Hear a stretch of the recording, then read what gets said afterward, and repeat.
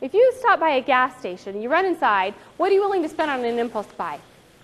National average is $5. Okay, you go to Nordstrom's or Dillard's, and you're going there for the shoes, but you see a sweater you can't live without. National average is $50 to $60. What do you think the national average for an impulse buy ratio is in a dental office?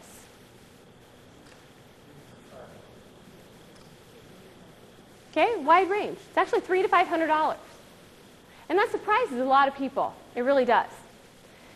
That's why same-day preventive services work, because it fits very comfortably in that impulse buy ratio. And we have to look at that.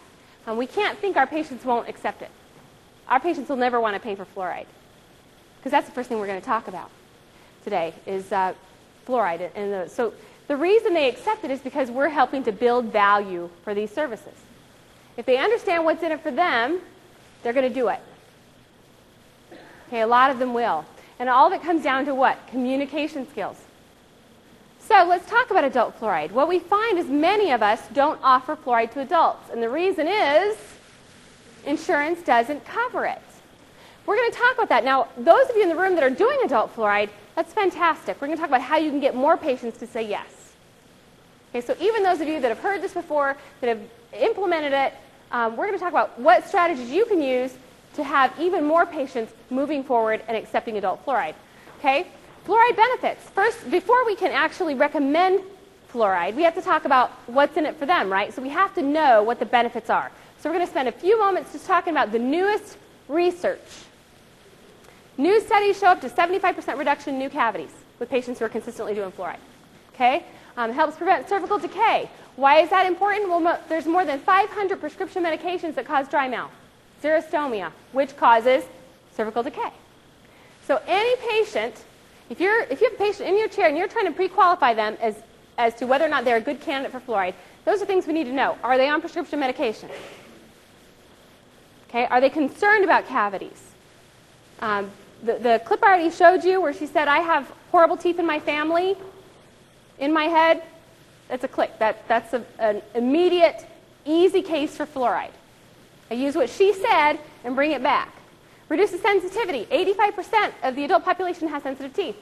We know that it prolongs the life of crowns, other restorations. So if you're doing implants, if you have a restorative practice, any of those issues, your patients need to have fluoride. We also know with fluoride it tastes better and the treatment is shorter than it used to be. Do you remember how long it was? 4 minutes. And it tasted horrible. Remember that? It was foul. So if you have patients declining fluoride, chances are they're declining it because they remember how bad it used to be. So make sure that they know, hey, it's better now. Okay? Right when we were filling in for the meeting, one of these lovely ladies, this is Dr. Scott Schumann's team here in the front. You guys will get to know them very well by the end of the weekend. Okay? Probably on a first-name basis with these people up here in the front. But Nicole said something, and I don't know if she's going to be the one talking about it, but what did you say to me right when we got here? I said our fluoride acceptance is out of control. Fluoride acceptance is out of control. Okay, now where do you guys practice? Ohio, yeah. Right? Ohio. I have other practices in Ohio that say, again, the economy has hit us very, very hard. We've had a low production month. Well, right in the same state, we got somebody who's saying our fluoride acceptance is out of control. And the reason is, there's no geographical variation.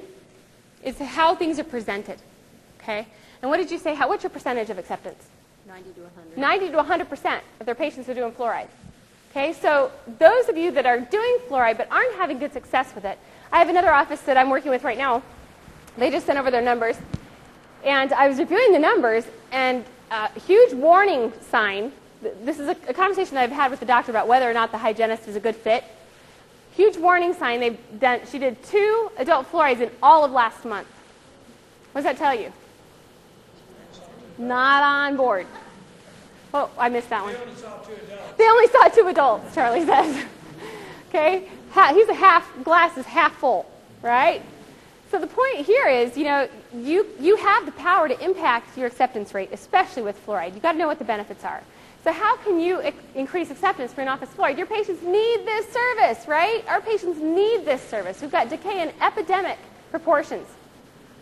Okay, they need it. They just might not know that they need it.